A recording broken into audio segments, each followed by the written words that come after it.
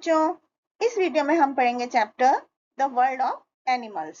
उससे पहले हम कुछ ट्यून अप एक्सरसाइज करते हैं। यहाँ पर बच्चों कुछ सेंटेंस में फिल इन द ब्लैंक्स लिखे गए हैं, तो हमें उनके सामने दिए गए ऑप्शन में से करेक्ट ऑप्शन को पहचान कर लिखना है। जैसे कि first sentence, we get milk from cow, we get eggs from hen, we get wool from sheep, and we get silk from silkworm. Usefulness of animals. बच्चों, एनिमल्स हमारे लिए बहुत यूजफुल होते हैं। हम बहुत सारी चीजों के लिए एनिमल्स पर डिपेंड होते हैं, जिन्हें हम एनिमल प्रोडक्ट्स बोलते हैं। तो सबसे पहले फूड फ्रॉम एनिमल्स। तो बहुत से एनिमल जैसे कि गाय, भैंस, बकरी, उनसे हमें दूध मिलता है। दूध से हम बहुत सारी चीजें बनाते हैं, जैसे बटर, क्रीम, चीज। तो इनको हम डेयरी प्रोडक्ट्स बोलते हैं। एंड बर्ड्स जैसे कि हैन, डक, इनसे हमें एग और मीट मिलता है, और उनके एग और मीट की जो ब्रीड होती है वो पोल्ट्री बोलते हैं उसको। हनी बीज, जो मधुमक्खियां होती हैं, वो हनी लेके जाती हैं, हनी कैरी करती हैं, और बीज हनी बनाती हैं फ्लावर्स के नेक्टर से। और ये नेक्टर जो होता है एक स्वीट लिक्विड होता है, मीठा लिक्विड होता है, जो कि फ्लावर्स प्रोड्यूस करते हैं। और बीज की रियरिंग से हनी के लिए जो रियरिंग की जाती है उसको एपीकल्चर बोलते हैं। कुछ जानवर जैसे कि गोट, शीप और पिग्स, इनको इनका मीट यूज किया जाता है। तो अलग अलग कम्युनिटी के लोग अलग अलग तरह के एनिमल्स का मीट खाते हैं। अब मटेरियल्स फ्रॉम एनिमल्स, कुछ जानवरों से हमें अलग अलग मटेरियल भी मिलते हैं। जैसे शीप से ऊन मिलती है, ऊन से हम वुलन क्लॉथ्स बनाते हैं, ब्लैंकेट्स बनाते हैं, कारपेट्स बनाते हैं।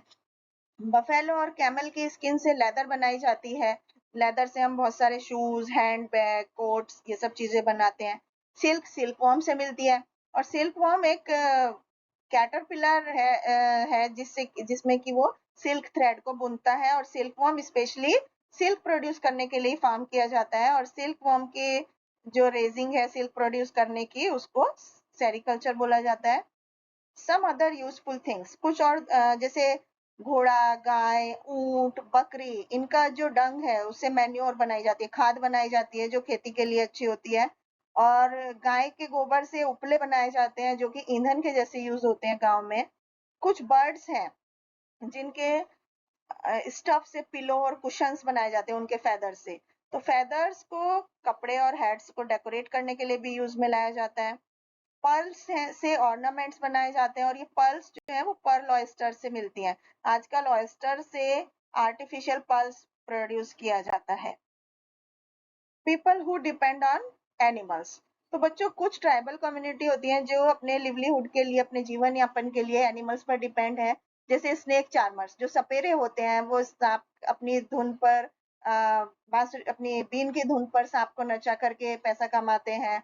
सांप पकड़ना, उनको ट्रेनिंग करना, उनको ये इस तरह के ट्रेडिशंस उनमें जनरेशन टू जनरेशन कैरी होते हैं।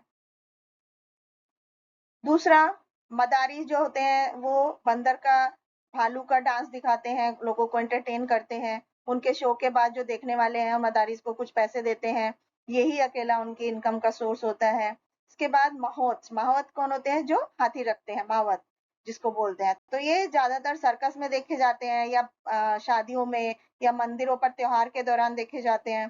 तो बहुत सारे माहौत होते हैं जो बहुत क्लोजली रिलेशनशिप होती है उनके हाथियों के साथ। तो कुछ इम्पेशेंट ट्रेनर होते हैं जो जानवरों के प्रति क्रूअल होते हैं, उनके साथ अच्छा व्यवहार नहीं करते हैं। तो with the introduction of strict wildlife laws, जैसे कि जो कड़े सख्त नियम बने हैं, जंगली नियम जंगल के जानवरों से के लिए, तो उन कम्युनिटीज का जो ट्रेडिशनल था, जो उनका काम था उनके जीवन यापन का, वो उसके लिए उन्हें बहुत ही स्ट्रगल करनी पड़ रही है अपने जीवन यापन के लिए। तो एनिमल राइट्स ग्रुप ने अक्सर लोगों को जानवरों पर क्रुएल्टी करने के लिए रोका है, उनको पिंजरे में रखने के लिए मना किया है, या रस्सियों से बांधकर लंबे समय तक नहीं रखना है, उनको मारना नहीं है ट्रेनिंग के दौरान जानवरों को, और उनको उनके नेचुरल हैबिटेट में रखने के ही नियम बनाए गए हैं। अब केयर फॉर एनिमल्स। बच्चों, हमें जानवरों की बहुत देखभाल करनी चाहिए। We should be kind to the animals, और वे भी हमारी तरह ही लिविंग बींग्स हैं। हमें उन्हें टीज नहीं करना चाहिए। We should love them and take care of them. हमें उन्हें अच्छा खाना देना चाहिए, साफ पानी और सेफ शेल्टर देना चाहिए, and we should take sick animals to a veterinary doctor. Animals in danger. बच्चों, humans have been dependent on animals for various products down the ages. युगों से आदमी जो है वो जानवरों पर निर्भर रहा है. तो hunting animals for their flesh and skin, उससे क्या हो रहा है, ये पुराने समय से ही चलती चली आ रही है. तो ये हमारे ह्यूमन हिस्ट्री में ये ओल्डेस्ट पीरियड था जब हम जानवरों का शिकार करते थे. तो रॉक पर आपने देखा होगा, चट्टानों पर पेंटिंग्स हैं या पुराने सील्स हैं, उस पर इमेजेस बनी होती हैं शिकार की. तो कुछ पेंटिंग्स हैं जैसे भीमबेटका मध्य प्रदेश में, और उन पर जानवरों की पेंटिंग बनी है. तो hunting was an important practice क्योंकि उससे लोगों को खाना मिलता था. बाद में ह्यूमन जब सेटल हो गए, उन्होंने खेती शुरू कर दी, तो हंटिंग को एक स्पोर्ट की तरह प्रैक्टिस करने लगे. कुछ जानवर एक्सटिंक्ट हो गए जो अब हमें देखने के लिए उपलब्ध नहीं है, और कुछ जो है डेंजर में है, उनको कि जो जल्दी ही एक्सटिंक्ट हो सकते हैं, तो उनको हम एंडेंजर्ड एनिमल्स बोलते हैं. तो कंप्लीट डिसअपियरेंस ऑफ एनिमल और plant species is known as extinction, और जो एनिमल स्पीसीज जिनका जीवन खतरे में है उनको एंडेंजर्ड एनिमल बोलते हैं.